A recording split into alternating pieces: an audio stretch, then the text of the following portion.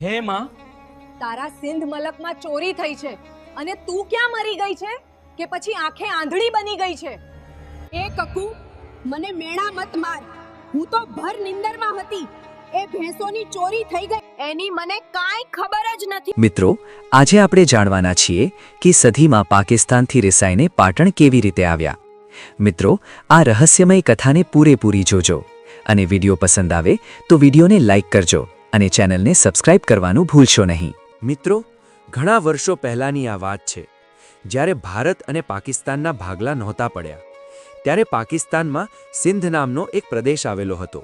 સિંધ પ્રદેશમાં હમીર સુમરા નામનો મુસલમાન રાજા રાજ કરતો હતો.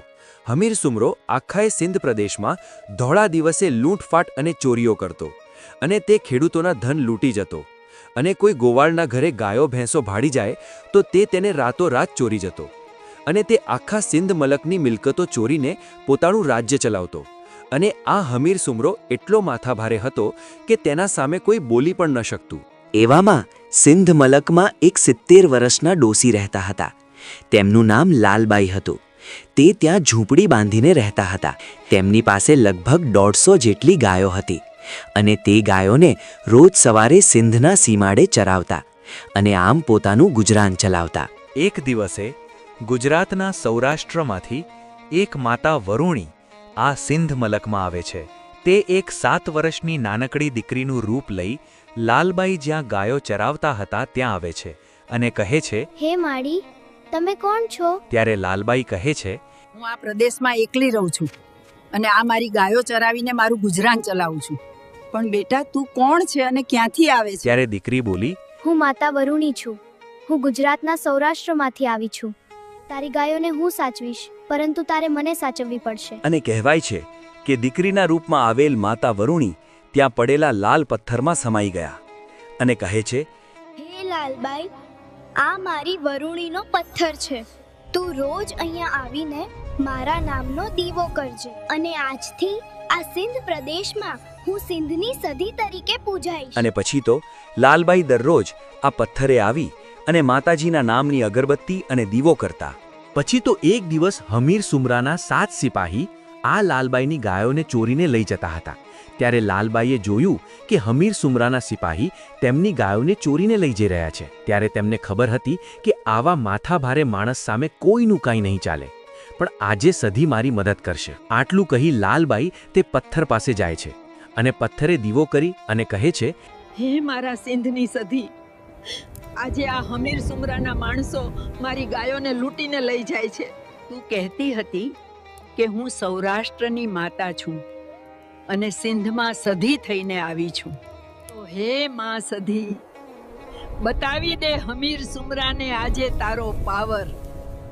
આટલું કહેતાની સાથે જ માતા સધી પ્રગટ થયા અને 7 વર્ષની દીકરીનું રૂપ લઈ હાથમાં લાકડી લઈ માતા હમીર સુમરાના સિપાહીઓના સામે આવી ઊભા થઈ ગયા.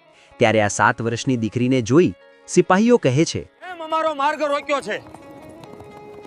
તને ખબર નથી અમે હમીર સુમરાના માણસો છીએ? ત્યારે સધીમાં કહે છે, જો તમે જીવતા રહેવા માંગતા હોય તો આ ગાયોને અહીં મૂકીને ચાલ્યા જાઓ.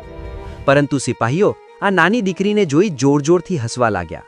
અને પછી તો સિપાહીઓ અને 7 વર્ષની દીકરીના રૂપમાં આવેલ સધી માતાજી વચ્ચે યુદ્ધ થયું અને તેમાંથી 6 સિપાહીઓને માતાજીએ મારી નાખ્યા અને એક સિપાહીને જીવતો રાખ્યો અને કહ્યું, જ્યાં તારા હમીર સુમરાને કહેજે કે આ લાલભાઈની ગાયો લેવી હોય તો પોતે ઘોડે ચડીને આવે. હું પણ જોઉં કે તેનામાં કેટલી તાકાત છે.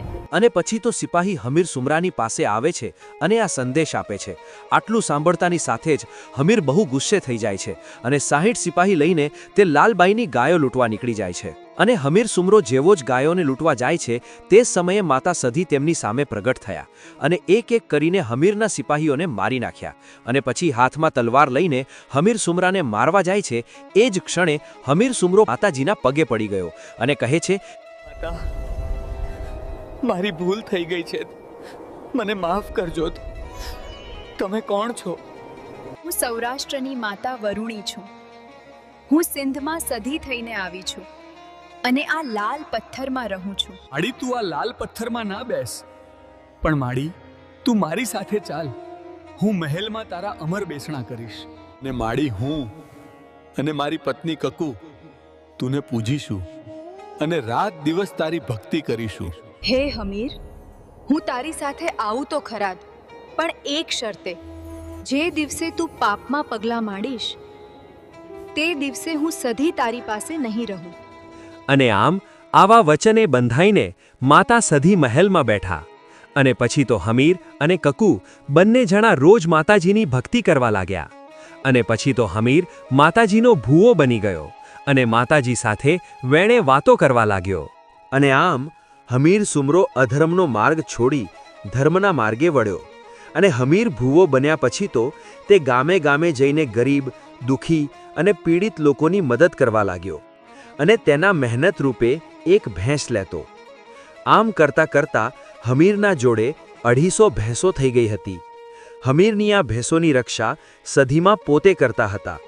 અને પછી તો હમીર અને તેની પત્ની કકુ બંને જણા ભેગા મળીને સધીમાની ભક્તિ કરવા લાગ્યા. અને એ જ સમયે ગુજરાતનું પાટણ રજવાડું ખૂબ જ પ્રસિદ્ધ હતું, કારણ કે તેનો રાજા સિદ્ધરાજ સોલંકી હતો. સિદ્ધરાજ સોલંકી પરાક્રમી અને બુદ્ધિશાળી રાજા હતો. તેની બહાદુરીના પુરાવા અનેક હતા. અને એ જ સમયે સિદ્ધરાજ સોલંકીની ભાભીએ તેમને મેણું માર્યું. એટલા જ બહાદુર અને શક્તિશાળી હોય ને તો સિંધના રાજા હમીર સુમરાની ભેંસો ચોરી લાવો, ત્યારે જ હું માનું કે તમે સાચા બહાદુર રાજા છો.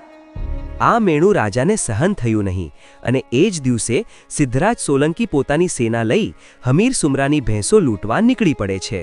ચાલતા ચાલતા તે આગળ જાય છે અને વચ્ચે તેમના પરમ મિત્ર મળે છે.